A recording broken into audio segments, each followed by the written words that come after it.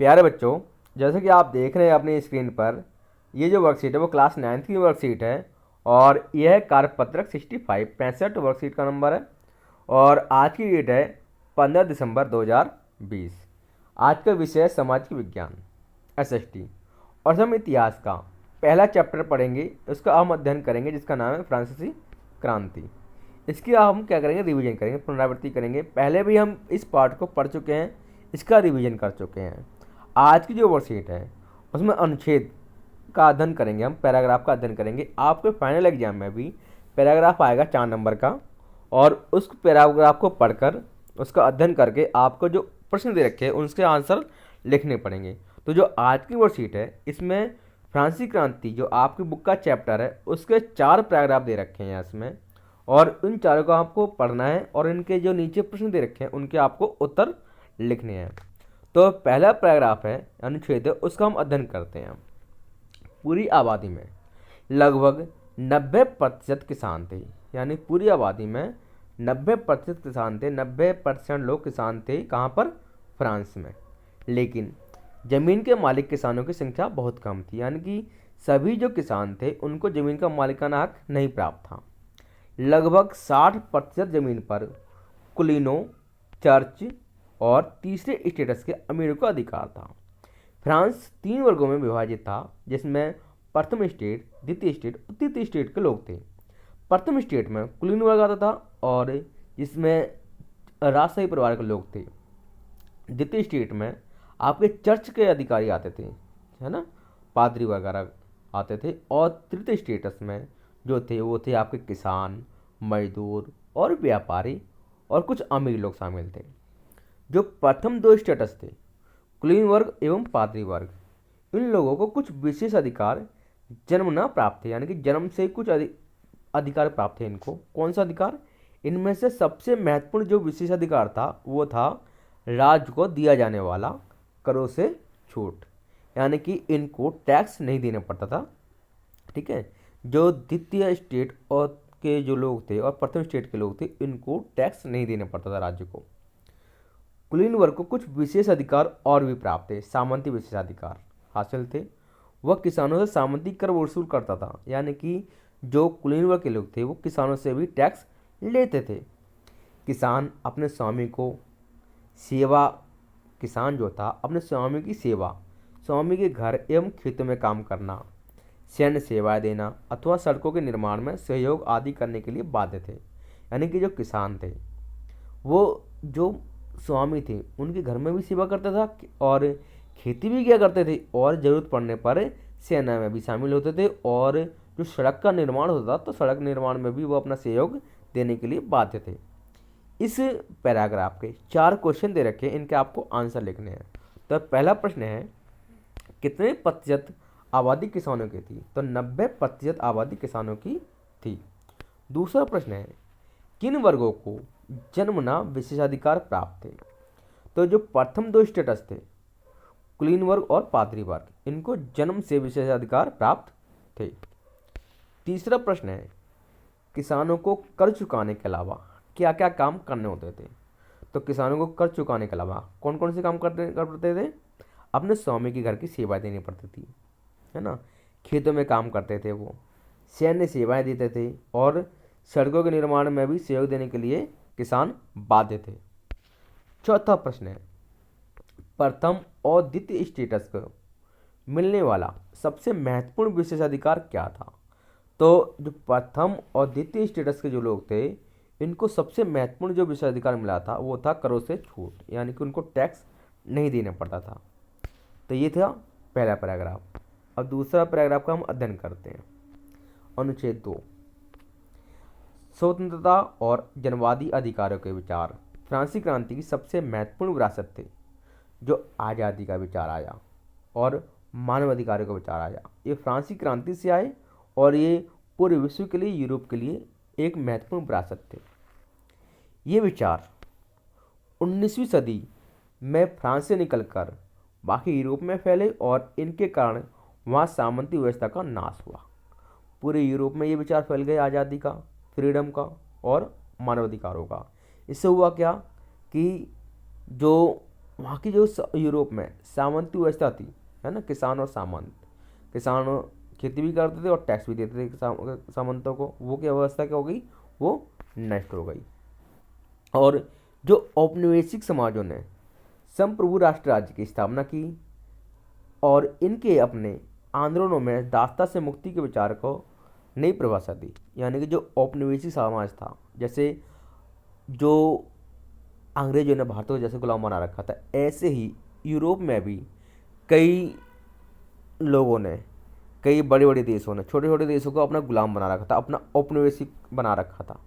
ठीक है। तो जो फ्रांसीसी क्रांति थी उसके विचार जब पूरे यूरोप में फैले, तो जो वहाँ के लोग थे उनमें एकता आ गई और वो दासता से मुक्त होना चाहते थे ऐसे विचार से प्रभावित होकर। तो वहाँ पर क्या हुआ, दासता यानी कि गुलाम प्रथा धीरे धीरे क्या हो गई, समाप्त हो गई और उन छोटे राज्यों को बड़े राज्यों के द्वारा स्वतंत्र घोषित करना पड़ गया। जैसे हमारा भारत आज़ाद हुआ अंग्रेज़ों से, ऐसे ही बाकी और देश भी आज़ाद हो गए इस फ्रांस के विचारों के कारण ही। तो इस वर्कशीट के 4 प्रश्न हैं, उनके उत्तर भी हम लिखते हैं। पहला प्रश्न है, फ्रांसीसी क्रांति की सबसे महत्वपूर्ण विरासत कौन सी थी? तो सबसे महत्वपूर्ण विरासत कौन सी थी फ्रांसीसी क्रांति की? स्वतंत्रता यानी फ्रीडम, लिबर्टी और मानवाधिकार यानी कि राइट्स जो थे, है ना, ह्यूमन राइट्स, ऐसे विचार फ्रांसीसी क्रांति की सबसे महत्वपूर्ण विरासत थी। दूसरा प्रश्न है, यूरोप में सामंती व्यवस्था के अंत का कारण क्या था? तो आंसर क्या होगा, स्वतंत्रता और मानवाधिकारों के विचारों का प्रसार यूरोप में सामंती व्यवस्था के अंत के मुख्य कारण था। यानी कि पूरे यूरोप में फ्रीडम, आज़ादी का विचार फैला, मानवाधिकारों के विचारों का प्रसार हुआ, इससे क्या हुआ, यूरोप में सामंती व्यवस्था क्या हो गई, नष्ट हो गई। तीसरा प्रश्न है, फ्रांसीसी क्रांति ने यूरोप को किस प्रकार प्रभावित किया? तो फ्रांसीसी क्रांति ने यूरोप में राष्ट्रवाद तथा राष्ट्र राज्य के विकास में महत्वपूर्ण योगदान दिया। हुआ क्या, जब फ्रांस की क्रांति हुई तो पूरे यूरोप में एकता आ गई, है ना, अपने राष्ट्र के प्रति भावना विकसित हुई, जिससे क्या हुआ कि राष्ट्र राज्य का विकास हुआ, जो कि फ्रांसीसी क्रांति का एक महत्वपूर्ण योगदान था यूरोप में।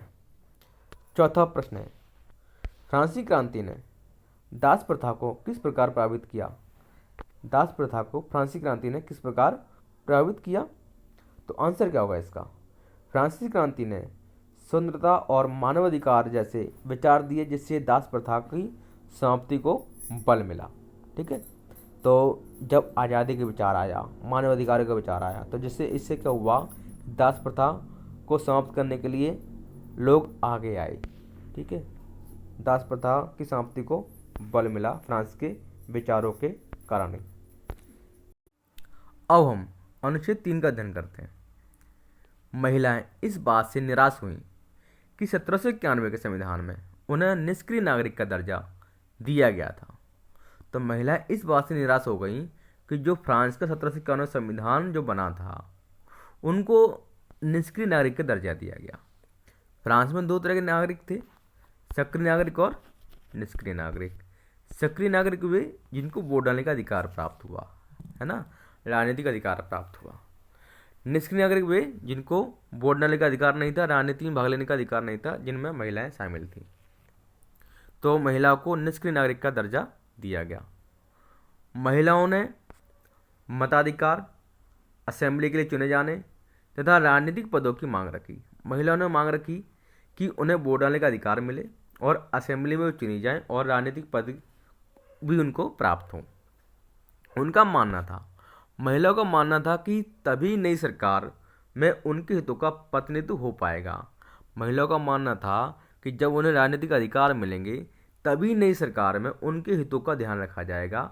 ठीक है, उनका प्रतिनिधित्व हो पाएगा। तो इस पैराग्राफ के भी 4 क्वेश्चन है, इसका आंसर आपको लिखने हैं। पहला क्वेश्चन है, 1791 के संविधान में सक्रिय नागरिक का दर्जा किन्हें दिया गया? तो सक्रिय नागरिक का दर्जा किसको दिया गया? 1791 के संविधान में धनी पुरुष